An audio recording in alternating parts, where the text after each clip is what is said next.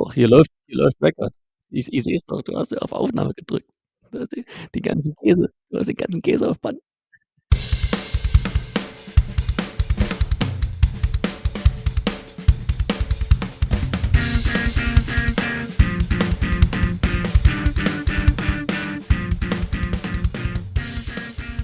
And welcome to RBLE Global Tracks, Leipzig's fresh RB Leipzig podcast in English, brought to you by Richard and Mario. Amongst us, we are season ticket holders, passionate supporters, and not very neutral local pundits. Both of us have been following Leipzig football since our childhood days, so if you want to hear about RB Leipzig, capture the mood of the fans in the city, and if you want to go beyond numbers and statistics, you are in the right place. We're delighted to welcome you on board. Let's go. Auf geht's, Leipziger Jungs, and a very good evening to you, Richard. Good evening, Mario. Nice to hear you, nice to see you. I thought you would ask me how I'm feeling today, but you didn't, but I will answer anyway. Didn't ask you. Well, I would really wish to ask Richard how he was doing today. However, unfortunately, Richard can't make it to this episode for this week because sometimes It is not a Wish concert. I love this so much. Well, good for you, Richard. Good for you.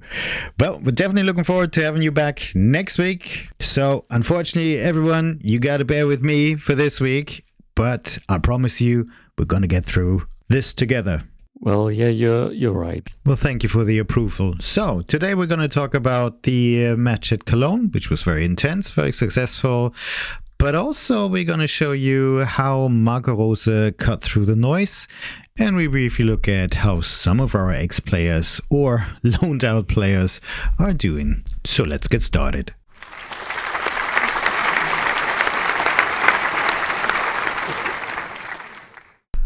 Match week 26 open on Friday with the match between 1. FC Köln and RB Leipzig at Cologne. Is it the Rhein-Energie-Stadion? Oh, we still intended to say Köln-Müngersdorfer Stadion. Of course, it has a different name now for obvious reasons. But it all doesn't matter because RB Leipzig came away with the 3 points, just as predicted by Richard. Well, yeah, you're right. Who said it's going to be the third victory within a 4 games winning streak. So we're perfectly on track. And RB Leipzig supporters who travel out to Cologne, it is quite a trek from here. Saw 5 goals by Simmons. Openda, Goalpenda scored twice. Haidara and Paulsen. And I must say, especially in the second half, RB Leipzig looked like a team which should definitely be taking part in the European UEFA Champions League next year. There are a couple of things that caught my eye, and I must admit, the most obvious one, without number 20, not always happy looking Xavi Simmons. Gosh, we would be a different team.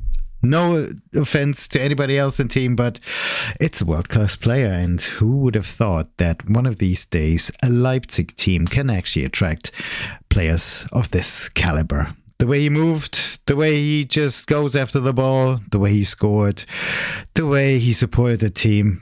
Guys, let's just enjoy it as long as it lasts, because at this point in time, I cannot really imagine how we can actually compensate when he's potentially not playing for us anymore next season. A wonderful question. Thank you. Thank you for your thoughts. Now, I listened to every word with great interest. That is very much appreciated, Richard. But I'm afraid I will ask you that question again next week when you're back. So I'm definitely looking forward to that. But let's get back to the things that caught my eye during the Cologne match. And I must admit, I was getting a little bit impatient because Goalpenda seemed to take on traits of Timo Werner, i.e. missing clear chances just a couple of games in a row. And because it's been so unusual, because he's been pretty much scoring in every game, we thought, oh my gosh, has he caught a disease? What the hell's going on? Does he need glasses? Can he hear anymore? Has he forgotten where the goal is? No such thing. I guess everybody has a spell when things don't go as planned. And he actually showed us, well, do trust us. Trust the process, trust my abilities, because I'm coming back with a double punch. And he did. So I'm really confident that Gold Panda is not turning into Timo in disguise, and he will keep giving us those gifts in forms of beautiful goals and even not so beautiful goals in the weeks to come.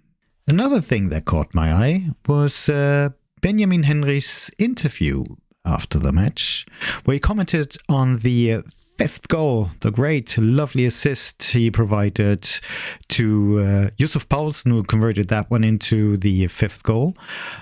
And he said this was down to Marco Rose's training and him demanding to attack the near post much more often to enable plays like that. And his greetings were going out to Marco Rose. And that just showed me there is a lot of support within the team for Coach Marco Rose, and we should always remember that, especially when the season is not so going well, when it seems to be a little bit challenging, and I mean challenging on the RB Leipzig level. No, we're not talking about relegation, we're not talking about dropping out international football next year. It's just a matter of which tier we're going to come in.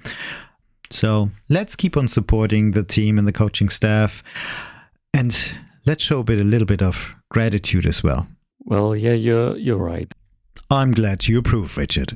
Now, let's talk about some other things that happened during the Cologne match. And first one is the little bit unfortunate case of goal celebration after Xavi Simons scored the Dosenöffner, which was the go-ahead goal for RB Leipzig. Unfortunately, that all took place in front of the ultra-hard FC Cologne supporters.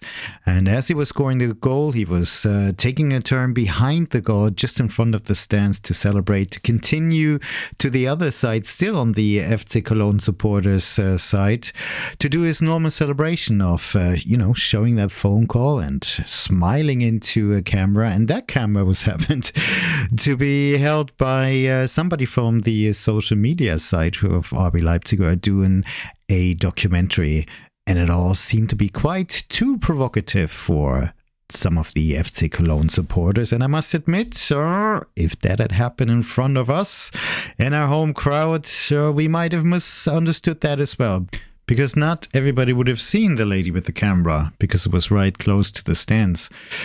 And Xavi and also Marco Rose did remark that this was unintentional and nobody tried to cause any harm, tried to provoke anybody.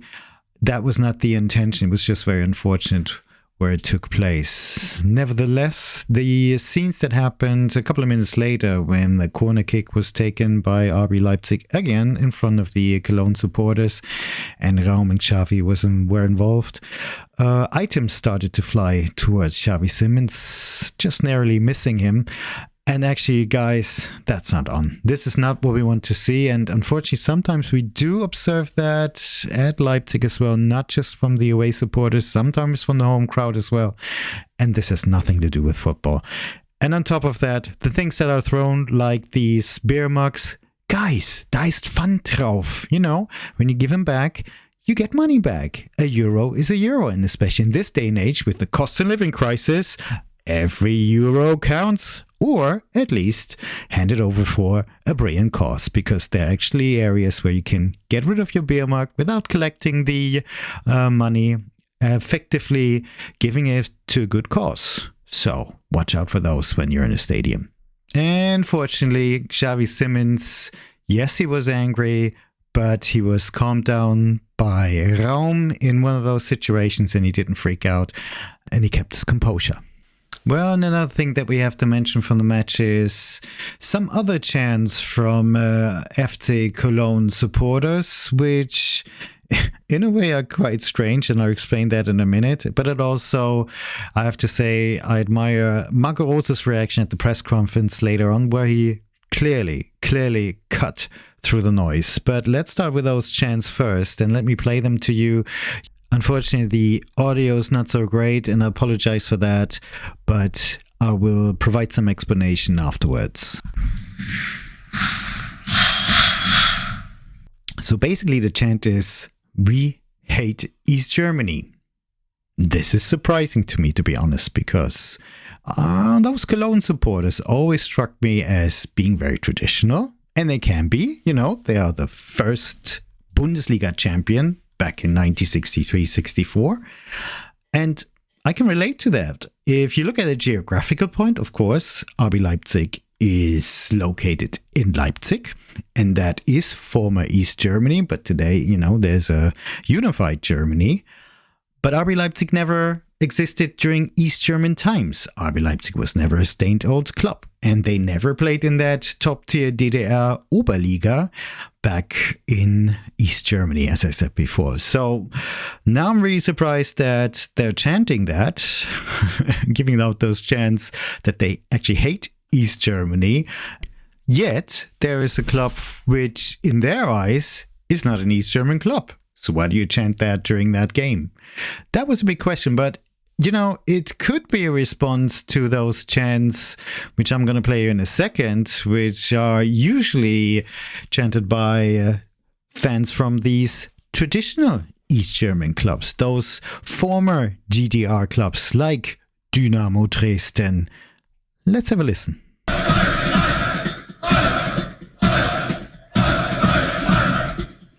I've seen videos where supporters actually march to that back and forth. So you could argue it's a typical German trait, isn't it? Yes, it sounds a bit military, and it derives from supporters in East Germany, and it just states East Germany. And to be honest, it does have a touch of populism, a touch of right extremism to it, and it's not something that I think supporters at the RB Leipzig Stadium, Red Bull Arena, would actually chant. It is something which a lot of people, even in East Germany, dislike. And why would they actually come up with something like that? Well, I think one of the factors that contribute to that is what actually happened during East German times, or during the times when the Eastern Germany got unified, or East Germany became part of West Germany. But you have to bear in mind that the population of East Germany actually voted for that by voting for those parties that supported that idea. And I think the whole process then was very quick. The identity was sort of, East German people were sort of lost because there were big, deep changes within society, at work. People were losing work. There was a lot of transition. And a big view, and a view from a lot of people in Western Germany, especially in those areas in Western Germany like Cologne, Düsseldorf, Gladbach, I would argue, had never been to East Germany, never intended to go to East Germany. There was the view that these people in East Germany were kind of inferior. And then up to today, the salaries you earn are a lot less in East Germany. The pension you get is less, and we're talking more than 30 years after unification. So I think all of this contributes to the need of having your own identity. Now, chanting East Germany with that kind of burden, and sometimes you see videos on YouTube where people actually chant this or give out this chant or this phrase by raising some symbols which are relating back to the First Reich. And of course, the First Reich did start the First World War. And I think this is a total wrong identity to go for. Anyways, sorry for the discourse into German politics. I could talk for hours about it. I just think this chant was completely inappropriate by those traditional East German supporters, but definitely by those Cologne supporters. But I really value the way Marco Rose handled this in the press conference after the match, just basically saying, to be honest, all those people, I'm not going to translate it truly, but all those people who were in the stadium and live around the Cologne area or Western Germany, who had never been to East Germany or to Leipzig, are invited to come over to East Germany just to see for themselves that the type of people who live there are pretty much similar to the type of people who live in West Germany, because there are great people like in Cologne, like in Leipzig, and there's some not so great people, i.e. you can call them idiots, in both cities, in both areas. So everything's pretty similar, and that's why the wall was torn down many, many moons ago. Physically, mentally, he also said it was torn down as well. I like to argue, there is still some work to do, because some people like to hold on to that division. But very well done, Marco Rose. He cut through the noise very effectively, and I salute him for that. So these were the things that caught my eye during the match versus Cologne. And that wraps up neatly this little section.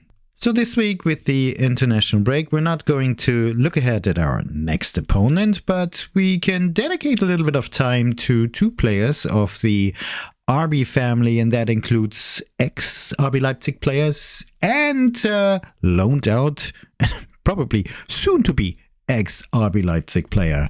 And of course, I'm talking about Timo, the guy from North London, Werner, and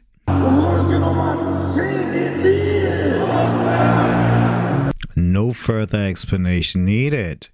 So could these two players end up in the same club again? And it's not Leipzig. Let's have a look. And let's start with Timo Werner. Well, a couple of days ago, Sky Sports in Germany reported that there's a point of no return, meaning Timo Werner and RB Leipzig have actually agreed or are an understanding that Timo Werner is not going to return to RB Leipzig. And I think it will be the first player to return to RB Leipzig after they've been loaned out. Now, with Timo Werner, it's actually a high-profile player, and so far he's doing pretty well at Tottenham Hotspurs. He's appeared in 9 matches, had 2 goals, 2 assists, and all in all, he seems to be happier than in Leipzig. The style of play seems to suit him better, but to be honest, he hasn't reached his levels over there either that he had many, many moons ago in Leipzig during his first stint. And I would love him to get back to that at some point. Also, to be able to get into the Nationalmannschaft, the German national team. And if he does show a brilliant form towards the summer, then I think Julian Nagelsmann will include in the squad. And hopefully it'll be good for Germany and we get beyond 3 games in the group stages. But that is a different matter. Anyways, a couple of weeks ago, I watched the football show Match of the Day on BBC, and one of the presenters is Alan Shearer, and Alan Shearer, of course, being the Newcastle United legend. He played for England, a legendary player. And he noticed during the first couple of appearances of Timo Werner that he doesn't seem to be a natural striker, so to speak. He doesn't behave like a natural striker.